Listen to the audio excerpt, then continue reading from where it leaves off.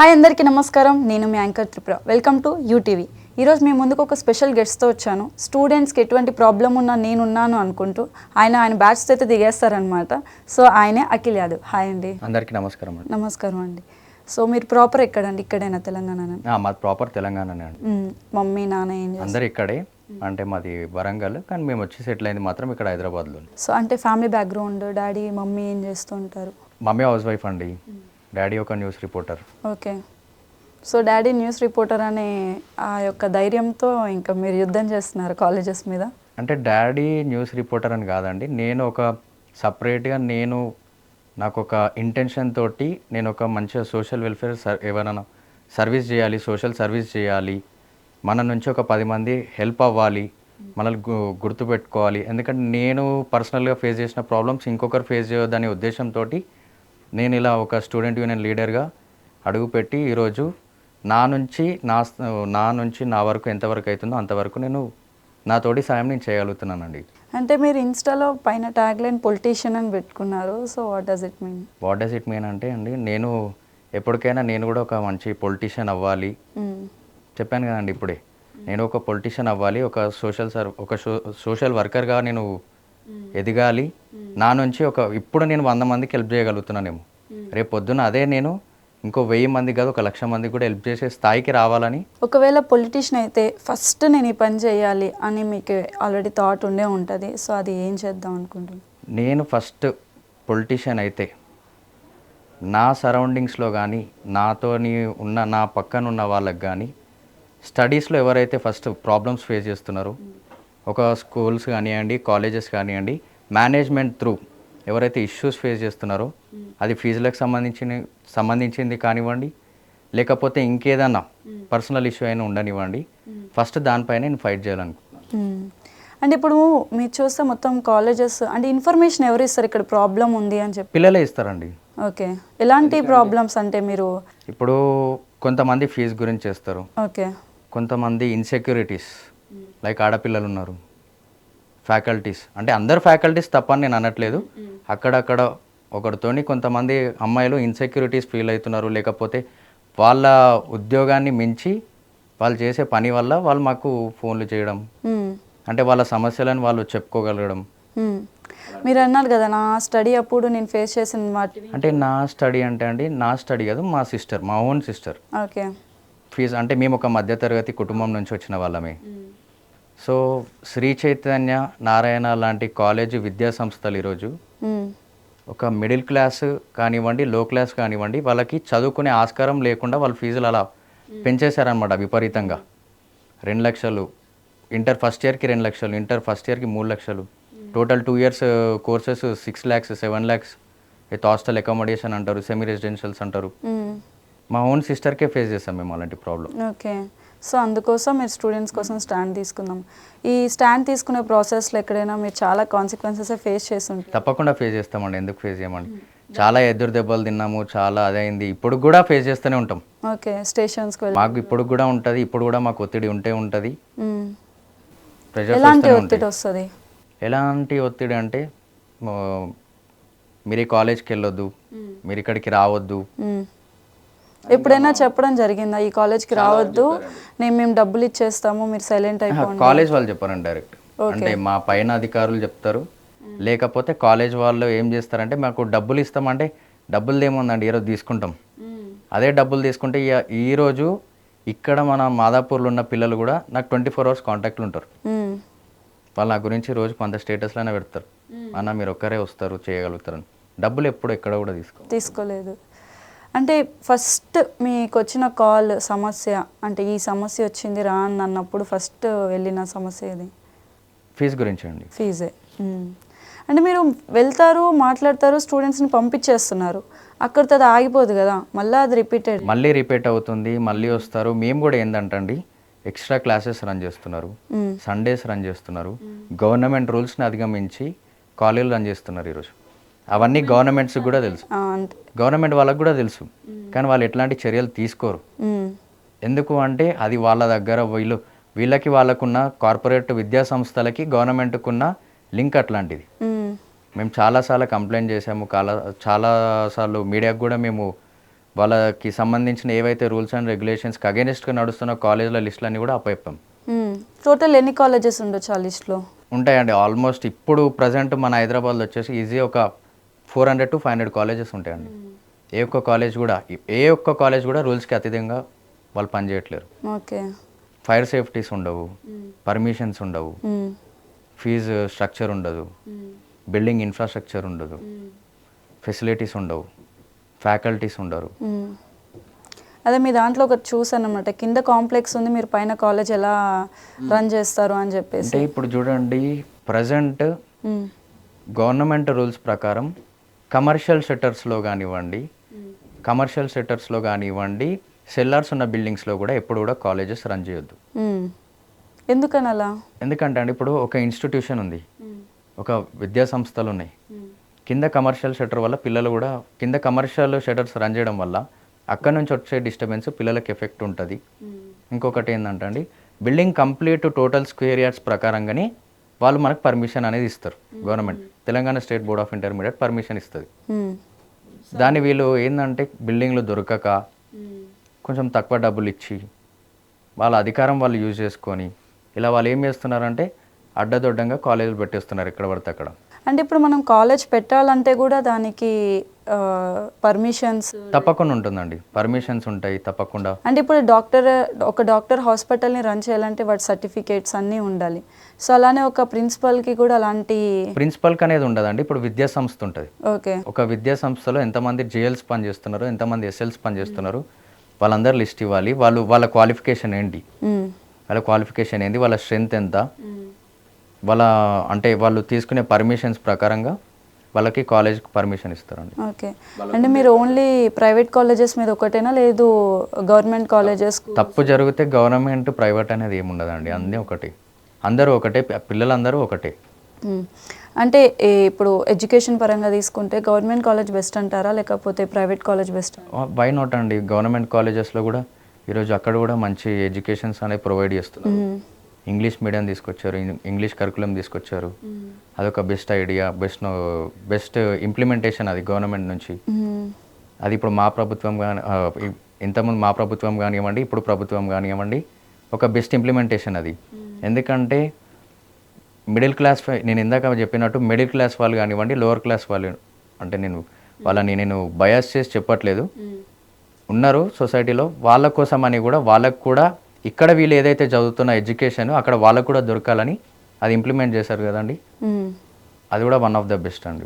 మరి ఇప్పుడు మీరు అంటున్నారు లైక్ ప్రైవేట్ కాలేజెస్లో ఫీజులు చాలా ఎక్కువ పెంచేశారు అని చెప్పేసి, మరి ఎందుకు స్టూడెంట్స్ వాళ్ళ పేరెంట్స్ గవర్నమెంట్ కాలేజెస్కి ఇంట్రెస్ట్ చూపించకుండా ప్రైవేట్ కాలేజెస్కి ఇంట్రెస్ట్ చూపించడానికి కారణం? అదే చెప్పాను కదండి, ఫెసిలిటీస్. గవర్నమెంట్ కాలేజ్ ఎప్పుడు కూడా బ్యానర్లు వేసుకోండి. గవర్నమెంట్ ఎప్పుడు కూడా మేము ఇంతమందిని చదివించాము, మా ఇన్కమింగ్ స్టూడెంట్స్ ఇంత, అవుట్ గోయింగ్ స్టూడెంట్స్ ఇంత, వాళ్ళ ర్యాంక్స్ ఇంత, మా స్టేట్లో ర్యాంక్ ఇంత, మా నేషనల్లో ర్యాంక్ ఇంత అని ఎప్పుడు కూడా చూపించు, మా ఆల్ ఇండియా ర్యాంక్స్ అనేవి చూపించు. అదే శ్రీ చైతన్య నారాయణ చూడండి, అవినాష్ కాలేజ్ చూడండి, ఆటోల పైన చూడండి, బయట వాళ్ళగా ఇప్పుడు ఒక ఇన్స్టిట్యూషన్కి వెళ్తే వాళ్ళ బయటనే పెద్ద పెద్ద బ్యానర్లు పెట్టేస్తారు, ఆల్ ఇండియా ఫస్ట్ ర్యాంక్ అని నారాయణ చెప్తారు, శ్రీ చైతన్య చెప్తారు. ఇద్దరు ఇట్లా ఎవరికి వచ్చింది ఎవరికి తెలియదు. పేరెంట్స్ అది గుడ్డిగా బిలీవ్ చేసి వాళ్ళని తీసుకెళ్ళి చదివిస్తున్నారు అంతే. కానీ అక్కడ వాళ్ళు పెట్టేది ఓన్లీ ప్రెషరే. ప్రెషర్తో కూడా చాలా మంది స్టూడెంట్స్ సూసైడ్ చేసుకోవడం అలా జరిగింది. పిల్లలు ఎవరు కూడా సూసైడ్ చేసుకోవద్దండి. వాళ్ళకి ఎంతవరకు, వాళ్ళ నాలెడ్జ్కి ఎంతవరకు వాళ్ళు తీసుకోగలుగుతారో అంతవరకే చదువుకోవాలా. దాన్ని మించి అధిగమించి ఇలాంటివి జరుగుతున్నాయి అని చెప్పేసి ఓవర్ స్ట్రెస్ 6:30, 7:30, 8 వరకు పెట్టడం. కొన్ని శ్రీ చైతన్య నారాయణ 10:30 మార్నింగ్ ఫ్రమ్ 6 నుంచి మొదలు పెడితే 10:30 వరకు. ఈవెన్ సండేస్, దసరా రానివ్వండి, సంక్రాంతి రానివ్వండి, బతుకమ్మ రానివ్వండి, గణేష్ పండుగ రానివ్వండి, ఏదైనా కానివ్వండి, పిల్లలకు హాలిడేస్ అనేవి వాళ్ళు ప్రొవైడ్ చేయట్లేరు. ఈ ఒక్కదాని వల్లనే పిల్లలు ఏంటంటే స్ట్రెస్కి గురవుతున్నారు. ఓ ప్లే గ్రౌండ్ ఉండదు. దీని నుంచి రిలీఫ్గానే మేము ఏ పిల్లలు కూడా ముందు స్టెప్ వాళ్ళు చెడు ఆలోచన చెయ్యొద్దని చెప్పి మేము కూడా ఎంతోమంది సూసైడ్ థాట్స్ మేము కూడా ఆపాలన్నట్టు, వాళ్ళకి స్ట్రెస్ రిలీఫ్ ఇవ్వాలన్నట్టు కాలేజీలు బంద్ చేయడం ఒక్కటే కాదు, స్పోర్ట్స్ కరికులం కూడా పెట్టమంటాం, స్పోర్ట్స్ కూడా ఇంప్లిమెంట్ చేయమంటాం. నేనే పర్సనల్గా స్పోర్ట్స్ మీట్ పెడతాను, పిల్లలందరినీ ఒక 1 వీక్ బయటికి తీసుకెళ్తాను, ఆడిపిస్తాం, వాళ్ళకు కూడా మైండ్ రిలాక్సేషన్ ఉంటుంది కదండి. సో మీకు ఫోన్ వచ్చిన ప్రతి ఇన్సిడెంట్ కరెక్టా కాదని, అంటే కొంతమంది స్టూడెంట్స్ ఊరికనే కాల్ చేసి చెప్పడం అంటే ఇట్లా వస్తే పంపించేస్తారన్న థాట్లో కాల్స్ కూడా వచ్చి ఉంటాయి కదా. సో కరెక్ట్గా సమస్య ఉంది అని మీరు ఎలా డిక్లేర్ చేసుకుంటారు పలానా? అంటే ఫస్ట్ మేము వెళ్తామండి. ఓకే. నేను ఒక 1-2 డేస్ చూస్తాను. వెంటనే వెళ్ళి కూడా యాక్షన్ తీసుకోను. 1-2 డేస్ చూస్తాం. ఇఫ్ ఇన్ కేస్ నిజంగానే వాళ్ళకి సమస్య ఉంది అంటే పిల్లలు కంటిన్యూస్ ఫోన్ చేస్తూ ఉంటారు. లేదు టైంపాస్ కోసం చేస్తున్నారంటే ఒకసారి 2 సార్లు చేస్తారు, తర్వాత చెయ్యరు. ఇఫ్ ఇన్ కేస్ కంటిన్యూస్ చేసినా కూడా మేము ఫస్ట్ వెళ్తాం. వెళ్ళినాక పిల్లలందరితో మాట్లాడతాం. వాళ్ళకి ఇంట్రెస్ట్ ఉందా లేదా, లేదంటే మేనేజ్మెంట్తో మాట్లాడతాం, పంపిస్తాం. లేకపోతే కామ్గా వచ్చేస్తారు. వాళ్ళు పిల్లలు చదువుకుంటాం అంటే they are willing to study అంటే happily will come outside. మీరు వెళ్ళినప్పుడు ఎప్పుడైనా పిల్లలు చెప్పడం జరిగిందా మేము చదువుకుంటామన్నా మేము? చాలా వరకు చెప్పారండి.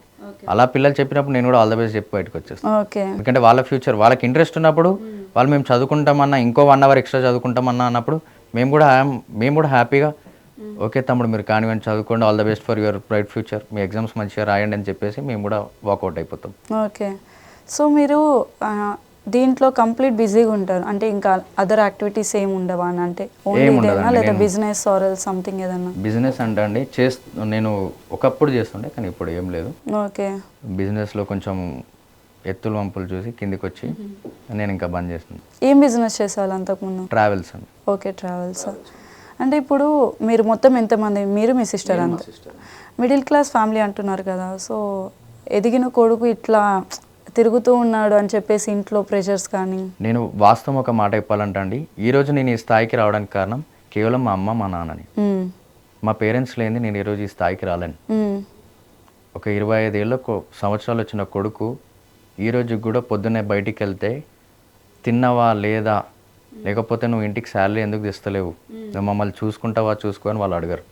నీకు నచ్చిన పని నువ్వు చేసుకో, నీ మనసుకి సంతోషంగా అనిపిస్తుందా చేసుకో. వాళ్ళు లేకపోతే నేను ఈరోజు లేనండి. వాళ్ళే నా బ్యాక్ బోన్, వాళ్ళే నా సపోర్ట్స్ వాళ్ళు. సో మీరు ఎక్కడికి వెళ్ళినా ఒక టీమ్గానే వెళ్తారు అనుకుంటే కదా, ఇక్కడికి కూడా ఒక టీమ్గానే వచ్చారు. సో వాళ్ళు కూడా మీతో పాటు? వాళ్ళంతా మా తమ్ముడు లాగానండి. ఇప్పుడు అంటే నాకు వాళ్ళు ఫ్రెండ్సే, కానీ నాకు సొంత తమ్ముడు లాగా. ఇంకా వాళ్ళు నాకు తమ్ముడు లేడు, కానీ వీళ్ళందరూ నా తమ్ముళ్ళే. అంటే వాళ్ళ పేరెంట్స్ అనరా ఎందుకురా ఊరికనే ఇట్లా తిరగడం, ఏదో ఒక పని చేసుకోకుండా లేదా చదువుకోకుండా అని చెప్పేసి? వాళ్ళు స్టడీ చేస్తూ వాళ్ళు ఇది కూడా యాక్టివిటీ. అచ్చా, ఓకే ఓకే.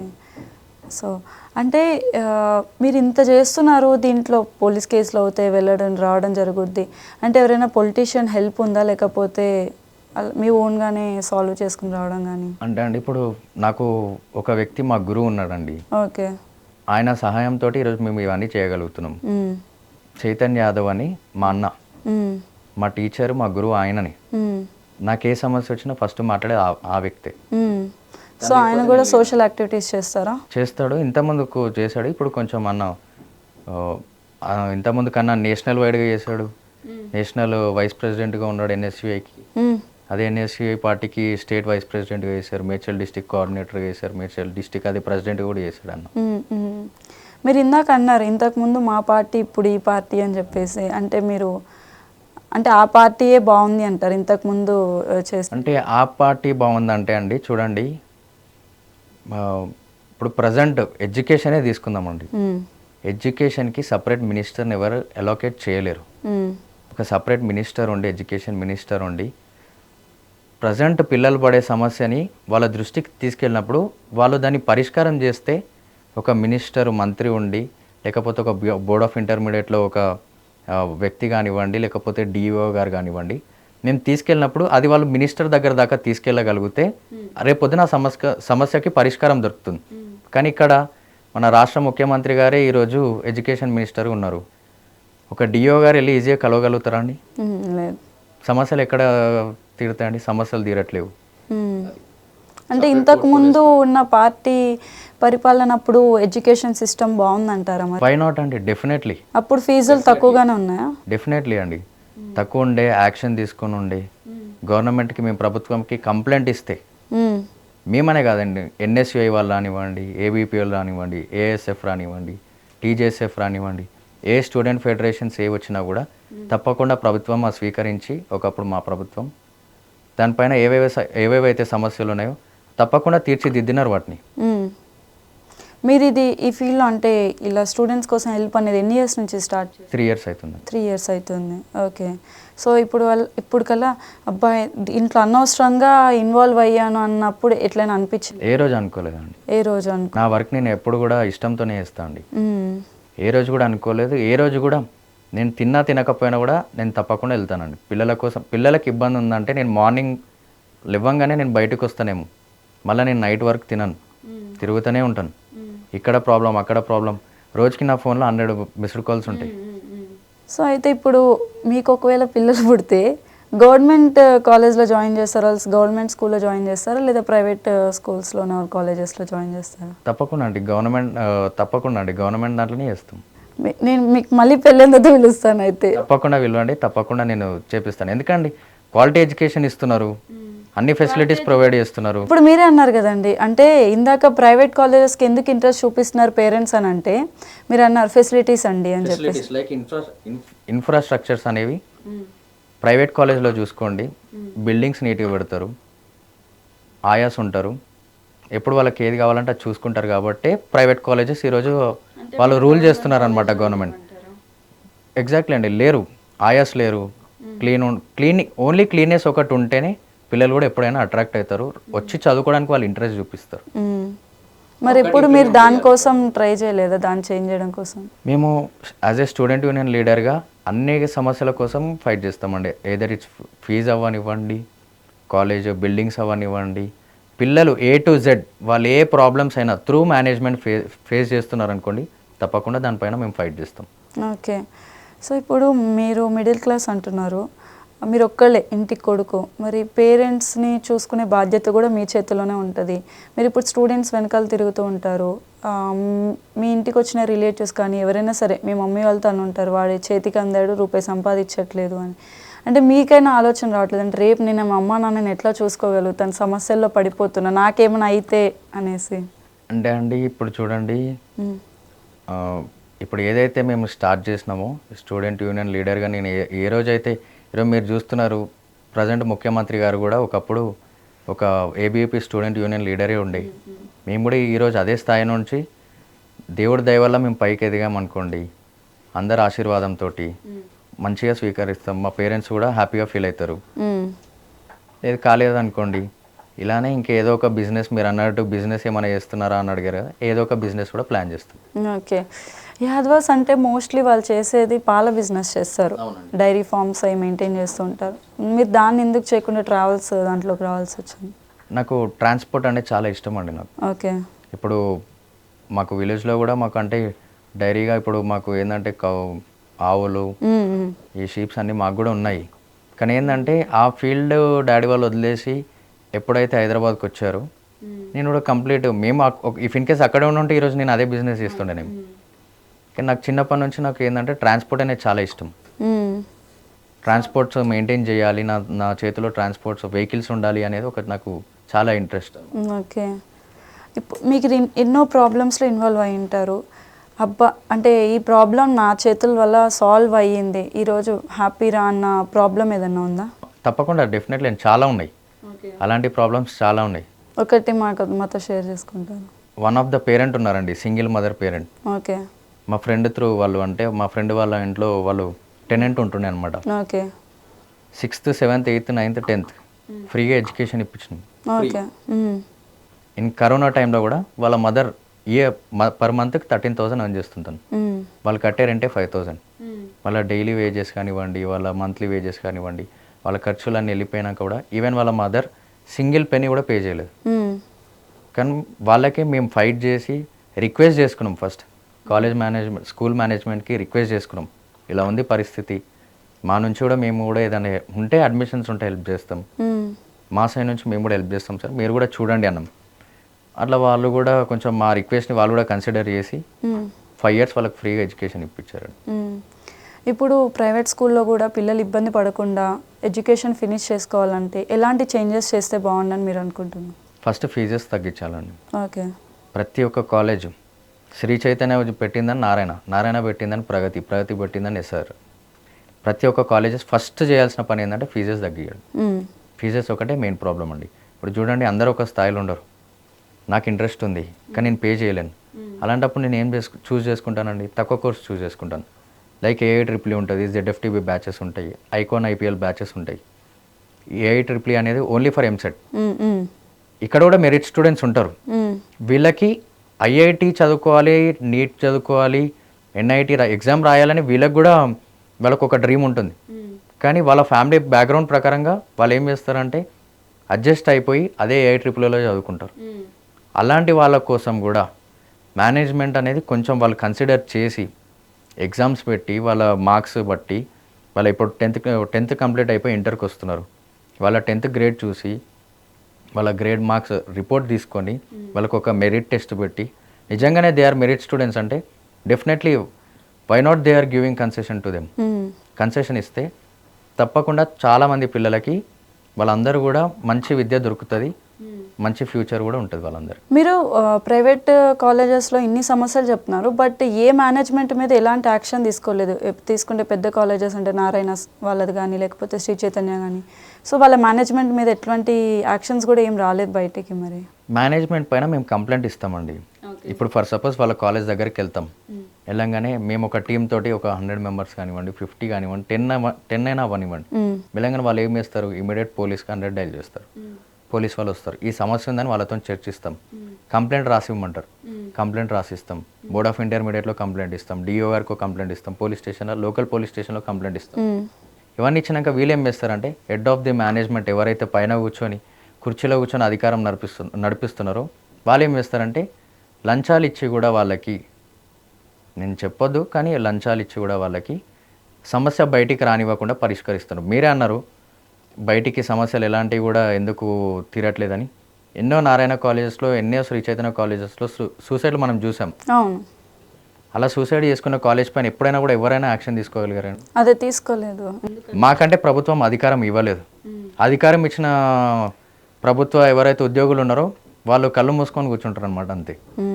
ఎందుకంటే వాళ్ళకి దక్కేది వాళ్ళకి దక్కుతుంది కాబట్టి ఎలాంటి పిల్లల గురించి వాళ్ళు పట్టించుకునే వాళ్ళకి అవసరం లేదు. వాళ్ళు బాగు వాళ్ళు చూసుకున్నారా అంతేవరకే ఉంటారు వాళ్ళు కూడా. అట్లీస్ట్ ఇప్పుడు సూసైడ్ చేసుకొని చనిపోయిన పిల్లల వాళ్ళకి ఆ కాలేజీ వాళ్ళు ఏమన్నా ఇవ్వడం కానీ లేకపోతే చేయడం కానీ. మీరు అలా అంటున్నారు, సూసైడ్ చేసుకొని చనిపోయినాక కూడా ఒక శ్రీ చైతన్య కాలేజ్ ఒక విద్యా సంస్థలో వాళ్ళ సర్టిఫికేట్స్ ఇవ్వడానికి కూడా వాళ్ళకి రిమైనింగ్ బ్యాలెన్స్ ఫీజు కూడా కట్టమన్నారు. అంటే అలాంటి జారిపోయిన పరిస్థితులు ఉన్నారు శ్రీ చైతన్య నారాయణ విద్యా సంస్థలు అయితే. ఓకే, సో ఎడ్యుకేషన్ని కొంటున్నాం అమ్ముతున్నాం అన్నట్టు అవుతుంది అయితే ఇప్పుడు. విద్య కంపల్సరీ ఇప్పుడు వ్యాపారం అయిపోయిందండి, బిజినెస్. ఎక్కువ ఫీజు కట్టు, ఎక్కువ స్టడీ చదువుకో, తక్కువ ఫీజు కట్టు, కాలేజ్కే రాకు అన్నట్టు అయిపోయింది ఇప్పుడు.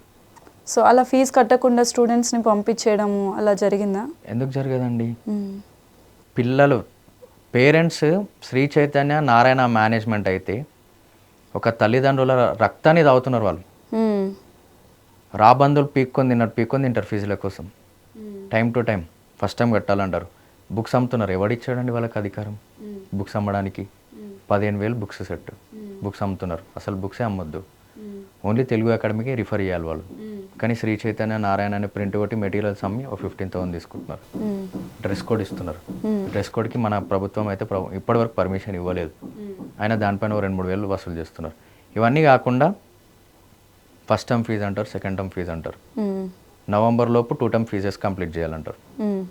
అందరి వల్ల కాదు కదండి. ఇప్పుడు అలా కంప్లీట్ చేయని వాళ్ళకి వీళ్ళు తీసుకునే యాక్షన్ ఏంటంటే బ్యాగులు ఇచ్చి ఇంటికి పంపించేయడం. లేకపోతే ఒక 100 మెంబర్స్ కూర్చున్నారు అనుకోండి, వాళ్ళ ముందొచ్చి ఎగ్జామ్ రాసే వాళ్ళని కూడా ఎగ్జామ్ రాయనివ్వకపోవడం. వాళ్ళకి దక్కే హక్కుని వీళ్ళు లాగేసుకుంటున్నారు అంతే. వాళ్ళు చదువుకోవడానికి వచ్చారు, వాళ్ళు ఎంతైతే నాలెడ్జ్ గెయిన్ చేసుకున్నారో ఆ నాలెడ్జ్ని వాళ్ళు టెస్ట్ చేసుకోవడానికి వస్తున్నారు కాలేజ్కి ఎగ్జామ్ త్రూ. అదే ఎగ్జామ్ వీళ్ళు బంద్ చేసేస్తున్నారు, బయటికి పిలిపిస్తున్నారు. అంటే ఇప్పుడు అంతకుముందు ఉన్న ఫీ స్ట్రక్చర్ కంపేర్ చేసుకుంటే ఇప్పుడు మ్యాథ్స్ ఎంత పెరిగి ఉండొచ్చు ప్రెసెంట్ ఉన్న ఫీ స్ట్రక్చర్తో? ఇప్పుడు మార్కెట్లో అండి, ఇప్పుడు ఈరోజు జనరేషన్లో ఇప్పుడు చూసుకుంటే 2025 to 26 అడ్మిషన్స్లో 2 lakhs స్టార్టింగ్ నుంచి కూడా ఉన్నాయి, అప్ టు 10 lakhs వరకు కూడా ఉన్నాయి, ఓన్లీ ఫర్ ఇంటర్. ఒక బీటెక్ ఉండే ఒక బీటెక్ సిఎస్సి చేసే ఒక కోర్స్ లాగా అది 4 years కోర్సు స్ట్రీమింగ్ ఉంటుంది. 72 సబ్జెక్ట్స్ నేర్చుకుంటారు బీటెక్లో. ఓన్లీ ఫర్ 5 సబ్జెక్ట్స్కి ఈరోజు 10 lakhs కూడా పే చేసే పరిస్థితి కూడా ఉంది. మీరు అన్నారు మా ఇంట్లో ఒక సమస్య వచ్చింది, దాంతోనే నేను అనుకున్నాను ఇంకా నేను హెల్ప్ చేయాలి స్టూడెంట్స్కి అని చెప్పేసి. ఆ సమస్య చెప్పొచ్చా? చెప్పొచ్చండి. ఇప్పుడు మా సిస్టర్ కూడా శ్రీ చైతన్య బాధితురాలే. ఓకే. నేను ఒక నారాయణ స్టూడెంట్ బాధితుడిని. ఓకే. మా చెల్లి చదువుకుంది శ్రీ చైతన్య కాలేజ్లో సర్దార్ పటేల్ నగర్ క్యాంపస్లో చదువుకుంది. అక్కడ ప్రిన్సిపల్ ఏం చేశాడంటే ఫస్ట్ వీళ్ళకి ఎగ్జామ్స్ కండక్ట్ చేస్తారు. 8th, 9th, 10th మెడికాన్లో exams conduct చేస్తారు. ఆ ఎగ్జామ్స్ త్రూ మెరిట్లో ఫస్ట్ సెలెక్ట్ చేశారు. సెలెక్ట్ చేసినప్పుడు ఫీ స్ట్రక్చర్ వచ్చేసి 3,60,000 పర్ ఇయర్. 2 yearsకి వచ్చేసి 7,20,000. ఆ 3,60,000లో ఫస్ట్ ఇయర్కి 2,40,000 ఫీజు ఉండే. ఆ 2,40,000 పే చేసేసాం. సెకండ్ ఇయర్కి వచ్చేసరికి 4 lakhs అయింది ఫీజు. ఫస్ట్ ఇయర్కి యాక్చువల్లీ సెకండ్ ఇయర్కి ఓన్లీ ఫర్ ప్రాక్టికల్స్కి ఫీజు పెంచుతారనమాట. ఏ కాలేజ్లో అయినా కూడా 35,000 ఉంటే 40,000 పే చేయించుకుంటారు, 50 ఉంటే 60 పే చేయించుకుంటారు. అలా ఇక్కడ ఏంటంటే 40,000 పెంచేసినారు. ఫీజు కట్టలేదన్నమాట, మేము టైం టు టైం కట్టలేదు. అలా కట్టకపోవడం వల్ల కొంచెం ఇంట్లో సమస్యల వల్ల ఒక 10 days ఫీజు డిలే చేసినందుకు సార్ ఏం చేసినాడంటే ఫర్దర్ మూవ్గా మా చెల్లిని కాలేజ్ నుంచి బయటికి పంపించడం, పిల్లలందరి మధ్యలో క్వశ్చన్ చేయడం, ఫీజు ఎందుకు కట్టలేవని, ఎగ్జామ్స్ క్యాన్సిల్ చేయించాడు అనమాట. నువ్వు కాలేజ్కి రాక ఇంట్లో కూర్చో అన్నాడు. సరే ఆ వ్యక్తి కూడా ఎన్ని రోజులు కూర్చోమంటాడు అని చెప్పి మా పేరెంట్స్ కూడా ఏం చేశారు, అలానే ఉంచారనమాట ఇంట్లో కూడా. 6 months కంప్లీట్ అయిపోయింది. From September to February 6 months complete అయిపోయినాక మేము వెళ్ళి క్వశ్చన్ చేసినాం. అంటే ఇంకెప్పటికి కూడా రానివా చదువుకునేవా అని, ఫీజు కడితే రానిస్తా అన్నాడు. ఆ రోజు అనుకున్నాను అనమాట నేను, అంటే పైసలు ఇస్తేనైనా చదువు చెప్పేది. కొన్ని లక్షల మంది అవుతున్నారు శ్రీ చైతన్య విద్యా సంస్థలో. ఒక్కడు ఫీజు కట్టకపోతే వాళ్ళ సంస్థలు అయితే కూలిపోగదండి. ఎన్నో కోట్లు సంపాదిస్తున్నారు. ఇదే మాదాపూర్ క్యాంపస్లో మొన్న 2 crores సీజ్ చేసినారు. 2 crore rupees సీజ్ చేసినారు గవర్నమెంట్ వచ్చి. అలాంటిది ఒక పేద వ్యక్తికి హెల్ప్ చేయమంటే ఎవరు కూడా ఎప్పుడు కూడా హెల్ప్ చేయరు. అలాంటి వాళ్ళ కోసం మీరు స్టాండ్ బై తీసుకొని మనలాంటి ఒకరు ఉండాలి. నేననే కాదు, నాలాగా పనిచేసే ప్రతి ఒక్కరికి కూడా ఏంటంటే మేము ఉండాలి. మా వాయిస్ ఆఫ్ వాయిస్లెస్ ఎవరైతే వాళ్ళు చెప్పుకోలేరు, మేనేజ్మెంట్ని క్వశ్చన్ చేయలేరు. క్వశ్చన్ చేస్తేనే మార్క్స్ కట్ చేస్తూ అంటారు, టీసీ ఇస్తామంటారు, బెదిరింపులు, పైసలు మనమే ఇవ్వాలి, బెదిరింపులు కూడా మనమే తీసుకోవాలి. అలాంటి వాళ్ళ కోసం మీరు ఫైట్ చేస్తున్నామండి మేము కూడా. ఆ ఒక్క ఇన్సిడెంటే ఈరోజు నాకు ఈ స్టెప్ తీసుకోవడానికి మోటివేట్ చేసి. అంటే మీరు కూడా ఫేస్ చేశాను అన్నారు కదా, సో మీరు చదువుకునే రోజుల్లో ఎవరు వచ్చి ఇట్లా మీకోసం ఫైట్ చేయడం, అంటే స్టూడెంట్స్ కోసం? అంటే కొంచెం అప్పుడు చాలా తక్కువ ఉండే అండి. అప్పుడు కూడా అప్పుడు ఫీజెస్ గురించి కూడా చాలా తక్కువ ఉండే, ఎందుకంటే అప్పుడు ఫీజెస్ తక్కువ కదండి. అప్పుడు నేను చదువుకున్నప్పుడు ఇంటర్ ఫీజు 80,000 పర్ ఇయర్. 2 yearsకి వచ్చేసి 1,60,000. ఇప్పుడు అదే ఇంటర్ ఫీజు. ఇప్పుడు కరెక్ట్ ఆఫీస్ ఎదురుగా ఉన్న కాలేజ్లోనే 3,50,000 ఫీజు తీసుకుంటున్నారు per year. 350 7 lakhs fee collect చేస్తున్నారు. Time to time fee pay చేయలేరు అనుకోండి, ఆల్ టికెట్లు బంద్ చేసేస్తున్నారు. బుక్స్ ఇవ్వడం లేదు, క్లాసెస్ నుండి బహిష్కరిస్తున్నారు పిల్లల్ని. ఇవన్నీ తప్పకుండా వాళ్ళు ఆపాలని మేము కూడా ప్రయత్నిస్తున్నాం, ఇంకా కూడా ప్రయత్నిస్తాం. తప్పకుండా శ్రీ చైతన్య నారాయణని కూడా వాళ్ళ ఫీజులు కూడా తగ్గించేటట్టు కూడా మేము కొట్లాడతాం. అది ఎక్కడి వరకైనా కూడా మేము కూడా ముందడుగేసి ధైర్యంగా నిల్చుంటామండి పిల్లల కోసం. సో ఇప్పుడు ప్రెసెంట్ ఏదైతే పార్టీ వచ్చిందో అది వచ్చేటప్పుడు చాలానే చెప్పింది, మేము అది చేస్తాం, మేము ఇది చేస్తాం అని చెప్పేసి. వాళ్ళు చెప్పిన దాంట్లో స్టూడెంట్స్కి ఒకటైనా చేశారా? 1% కూడా చేయలేదండి వాళ్ళు పిల్లల కోసం. ఫీజులు తగ్గిస్తామన్నారు, ఫీజు రియంబర్స్మెంట్ చేస్తా అన్నారు. ఎక్కడ కూడా జరగలేదండి ఫీజు రియంబర్స్మెంట్స్. పిల్లలకి ఇంకా సపరేట్ కోర్సెస్ తీసుకొస్తామన్నారు, కొత్త కోర్సెస్ ఇంప్లిమెంట్ చేస్తామన్నారు, ఎక్కడ కూడా కాలేదు. ఫీ స్ట్రక్చర్ ప్రతి ఒక్క కార్పొరేట్ విద్యా సంస్థల ఒక చైర్మన్లు డైరెక్టర్లతో మీటింగ్స్ అరేంజ్ చేసి వాళ్ళకుండే ఫీ స్ట్రక్చర్లో 30% డిస్కౌంట్ ఇప్పిస్తామన్నారు ప్రతి ఒక్కరికి. ఎక్కడ కూడా జరగలేదు. అదే ఇబ్బందులు పడుతున్నారు, అదే బాధలు పడుతున్నారు. అంటే నార్మల్ గమనిస్తే ఇప్పుడు శ్రీ చైతన్య కాలేజ్ ఎవరైతే మేనేజర్ ఉన్నాడో, అంటే ఎవరైతే సంస్థ పెట్టిన ఆయన ఉన్నాడో, వాళ్ళ పిల్లల్ని మాత్రం వాళ్ళ స్కూల్స్లో కానీ కాలేజెస్లో కానీ ఎక్కడ చదివించరు. ఈవెన్ నారైనా సరే ఎవరైనా సరే. ఎందుకని అలా? తెలుసు కదండి, వాళ్ళ కాలేజ్లో వాళ్ళకి ఎంత ఒత్తిడి ఇస్తారో వాళ్ళకే తెలుసు. ఇంకొకటి వాళ్ళ కాలేజ్లో వాళ్ళు ఎంత క్వాలిటీ ఆఫ్ ఎడ్యుకేషన్ ఇస్తున్నారో వాళ్ళకు కూడా తెలుసు, కాబట్టి వాళ్ళు చదవనియట్లేరు. ఓకే. ఇక్కడ చదువుకునేది శ్రీ చైతన్య నారాయణ వల్ల పిల్లలు ఎప్పుడు కూడా బాగుపడినట్టు కాదండి. పిల్లల దగ్గర మెరిట్ టాలెంట్ ఉండాలి, స్కిల్స్ వాళ్ళ దగ్గర ఉన్నాయి, టాలెంట్ వాళ్ళ దగ్గర ఉంది. అది వీళ్ళు యూజ్ చేసుకొని ఈరోజు దాన్ని వ్యాపారంగా చేస్తున్నారు అనమాట. ఇఫ్ ఇన్ కేస్ ఒకవేళ మీ టైం బాగుండి ఇన్ ఫ్యూచర్లో మీరు ఒక ఎడ్యుకేషన్ డిపార్ట్మెంట్కి ఒక మినిస్టర్ అయితే ఫస్ట్ మీరు చేసే పని? ఫస్ట్ ఇలాంటి కార్పొరేట్ విద్యా సంస్థలన్నింటినీ కూడా ప్రతి ఒక్కరి ఫీ స్ట్రక్చర్ నేను ప్రతి ఒక్కరి దగ్గర నుంచి తీసుకుంటానండి అఫీషియల్గా. తీసుకొని వాళ్ళ ఫీ స్ట్రక్చర్స్ ఏంది, వాళ్ళ బిల్డింగ్ స్ట్రక్చర్ ఏంది, వాళ్ళ స్ట్రెంత్ ఎంత, అన్నీ కూడా తీసుకొని నిజంగా ఎవరైతే మెరిట్స్ ఉంటారో వాళ్ళకి ఫ్రీ ఎడ్యుకేషన్ ఇప్పించేటట్టు తప్పకుండా ప్రయత్నిస్తాం. అలా చేస్తే మీ గవర్నమెంట్కే కదా లాస్ మరి అప్పుడు. ఎందుకు లాస్ అండి? ఈరోజు పిల్లలే రేపు మన ఫ్యూచర్. అవును, మరి ఇప్పుడు అట్లా ఎవరు ఆలోచించట్లేదు కదా. రేపన్న రోజు మీకు ప్రెషర్ వస్తారు కదా మీరు అట్లా చేయొద్దు అని. వాళ్ళు చదువుకున్న వాళ్ళు మన ఎకానమీ పెంచడానికే కదండి. ప్రతి ఒక్కరు కూడా మనం కూడా వర్క్ చేసేది కూడా ఈరోజు ఎన్నో ట్యాక్సులు కడుతున్నాం. అంటే లైక్ ఇది వచ్చి అరౌండ్ 1.5-2 years అవుతుంది. సో దానికి ముందు కూడా ఫీ స్ట్రక్చర్ ఆల్మోస్ట్ ఇట్లానే, దానికి ముందు కూడా ఎన్నో కేసెస్ వచ్చాయి సూసైడ్ చేసుకొని అంటే చనిపోవడం. అప్పుడు అండి సూసైడ్ కేసెస్ వచ్చాయేమో, అప్పుడు ఇల్లీగల్గా పర్మిషన్స్ ఎప్పుడు ఇవ్వలేదండి. అప్పుడున్న కాలేజెస్కి ఇప్పుడున్న కాలేజెస్కి డబల్ అయిపోయినాయి ఇల్లీగల్గా పర్మిషన్స్ ఇవ్వడం ఒక్కొక్క కాలేజ్ పైన. అప్పుడంటే కనీసం లీగల్గా చూసి ప్రొసీడ్ అవి కాలేజెస్కి పర్మిషన్స్ ఇస్తుండే. అప్పటికిప్పటికి ఎన్ని కాలేజెస్ పెరిగాయండి. అప్పుడు అదే శ్రీ చైతన్యకి 300 బ్రాంచ్లు ఉంటే ఇప్పుడు అదే శ్రీ చైతన్యకి 500 బ్రాంచ్లని. ఒక్కొక్క కాలేజ్ ఒకే కోడ్ పైన 2 కాలేజీలు నడుస్తున్నాయి. కొన్ని కాలేజెస్కి అసలు కోడ్సే లేవు. వీళ్ళు ఏం చేస్తారంటే పిల్లలు ఇక్కడ నుంచి వేరే దగ్గరికి ఎన్రోల్మెంట్ చేస్తారు పిల్లల్ని. ఇఫ్ ఇన్ కేస్ వీడు రేపటి రోజున వీడు ఎత్తేస్తే వీడు కాలేజ్ తీసేస్తే పిల్లల పరిస్థితి ఏందండి? అట్లాంటి ప్రభుత్వం చూడాలి. చూడకుండా వాళ్ళ కడుపు వాళ్ళు నింపుకొని వీళ్ళకి అడ్డదిడ్డంగా పర్మిషన్లు ఇస్తే రేపు పొద్దున పిల్లల భవిష్యత్తు ఖరాబ్ కదండి. మీరు అన్నారు ఇప్పుడు వాళ్ళు ఎడ్యుకేషన్ సిస్టమ్ ఏం బాగాలేదు అది. ఇఫ్ ఇన్ కేస్ మీరు వెళ్ళి క్వశ్చన్ చేస్తే వాళ్ళు చెప్పేది ఒకటే, మేము పిల్లల గురించి ఆలోచించే వాళ్ళు ఎడ్యుకేషన్ బాగుండాలనే కదా మేము ఇన్ని క్లాసులు తీసుకోవడం కానీ ఇంత చెప్పడం కానీ అని అంటున్నారు. మరి ప్రతి ఒక్క దగ్గర కూడా అదే అంటారండి. నేను వెళ్ళిన ప్రతి కాలేజ్లో కూడా వాళ్ళు ఏం చెప్తారంటే పిల్లలు చదువుకోవడానికి కోసమే కదా మేము కాలేజీలు ఎక్స్ట్రా పెడుతున్నామని. వాళ్ళకే హెల్ప్ చేస్తున్నాం కదా అఖిల్ అంటారు. నేను చెప్తాను సార్ నిజంగానే మీరు హెల్ప్ చేసినట్టయితే ప్రతి ఒక్క స్టూడెంట్ పైన 10,000 తగ్గిపోయి బుక్స్ ఫ్రీగా ఇచ్చేయి. బుక్స్కి ఎందుకు ఛార్జ్ చేస్తున్నావు? నువ్వు పిల్లలకే హెల్ప్ చేస్తున్నప్పుడు వాళ్ళపైన నీకు అంత మంచిగా వాళ్ళకి సేవ చేసే భావం నీకు ఉన్నప్పుడు బుక్స్ ఫ్రీగా ఇవ్వరు. సరే పర్ హెడ్ ఒక 5,000 తగ్గిపి 10,000 కూడా అవసరం లేదు. ఎందుకు తగ్గారండి? 3 లక్షలు ఒక 5,000 పెద్ద మ్యాటర్ కూడా కాదు వాళ్ళకి. నిజంగా వాళ్ళ పిల్లల కోసం హెల్ప్ చేస్తే వాళ్ళు పిల్లల కోసం చేయట్లేరు.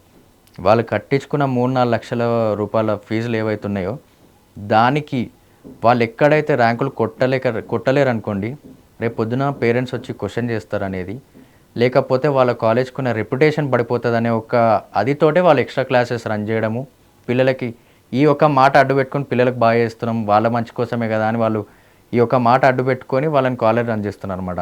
అంతే తప్ప కానీ పిల్లల కోసం హెల్ప్ చేస్తే ఎందుకండి వాళ్ళు అన్నీ ఫీజులు తీసుకుంటారు? ఫీజుల కోసం ఎంతమందిని ఒత్తిడి పెడతారు? ఇదే ఇప్పుడు సప్లీ ఎగ్జామ్స్ ఉన్నాయి ఇంకో 1 వీక్లో. మీరే చూడండి ఎన్ని కేసులు వస్తాయో సప్లీకి, హాల్ టికెట్స్ ఆపేసి. ఫీజు కూడా కట్టించుకోరు వాళ్ళు. First of all supply fee కూడా కట్టించుకోలేరు మొన్నటి వరకు. నేనే ప్రతి ఒక్క కాలేజ్కి తిరిగి పిల్లలు ఎవరెవరైతే ప్రాబ్లమ్స్ ఫేస్ చేస్తున్నారో అక్కడికి వెళ్ళి ఫైట్ చేసి నేను దగ్గర నుండి ఫీజు కట్టొచ్చినాను వాళ్ళు. ఇప్పుడు గవర్నమెంట్కి మీరు ఏం చెప్పాలనుకుంటున్నారు? అంటే ఇంత ఫైట్ చేస్తున్నారు, ఇంత తిరుగుతున్నారు, సో మీరు ఏం చెప్పాలనుకుంటున్నారు గవర్నమెంట్ కూడా మేము ఒకటే విన్నపిస్తున్నామండి. ఏవేవైతే రూల్స్కి అతీతంగా ఉన్న కాలేజెస్ ఉన్నాయో వాటిపైన వెంటనే యాక్షన్ తీసుకొని వెంటనే అలాంటి కాలేజెస్ని వెంటనే సీజ్ చేసేసేయాలి. ఇవాళ హాస్టల్ క్యాంపస్ ఉన్నాయి, గర్ల్స్ హాస్టల్స్లో బొద్దింకలు చూస్తున్నాం, కాక్రోచెస్ చూస్తున్నాము, వాటర్ లీకేజ్ చూస్తున్నాము. అసలు బిల్డింగ్ ఎలాంటి సేఫ్టీ పర్మిషన్స్ లేకుండా కూడా కేవలం ఫీజుల కోసం రన్ చేస్తున్న ఇట్లాంటి ఏవైతే సంస్థలు ఉన్నాయో వాళ్ళపైన తప్పకుండా చర్యలు తీసుకోవాలి.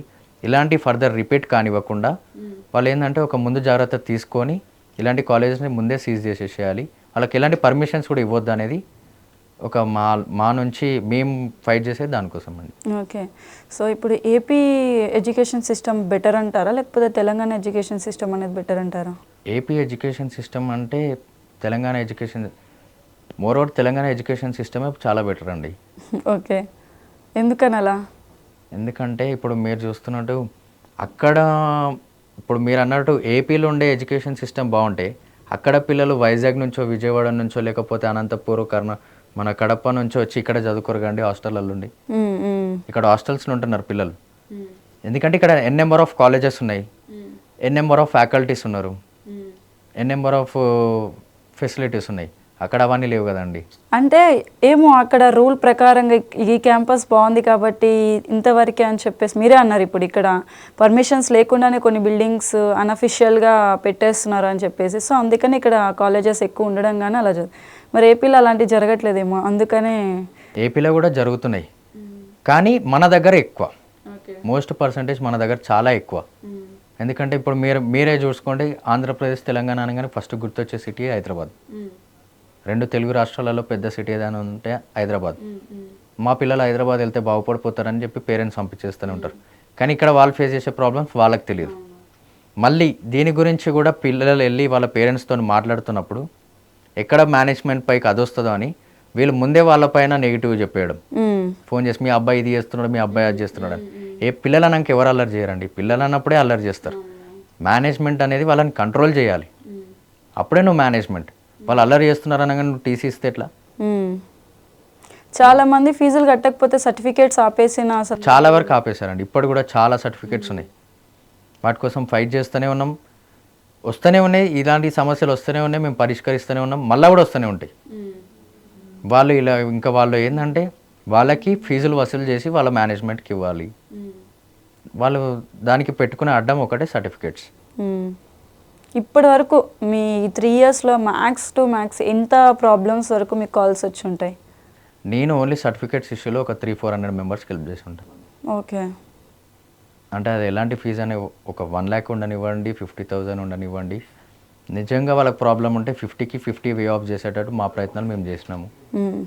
లేదు బ్యాక్ ఎండ్ సపోర్ట్ వాళ్ళకు ఉంది కానీ పే చేయలేరు అనుకున్న వాళ్ళకి 50% అయినా కూడా హెల్ప్ చేస్తాం. సో థ్యాంక్ యూ అఖిల్ గారు, మీ టైంని చూసుకొని మాకు వచ్చి మీ ఇంటర్వ్యూ ఇచ్చినందుకు. సో చూసారు కదా, స్టూడెంట్స్కి ఎటువంటి సమస్య ఉన్నా నేను ఉన్నానని చెప్పేసి అఖిల్ యాదవ్ అంటున్నారు. నెక్స్ట్ ఇంకో గెస్ట్తో మీ ముందుకు వస్తాను. అంతవరకు నమస్తే.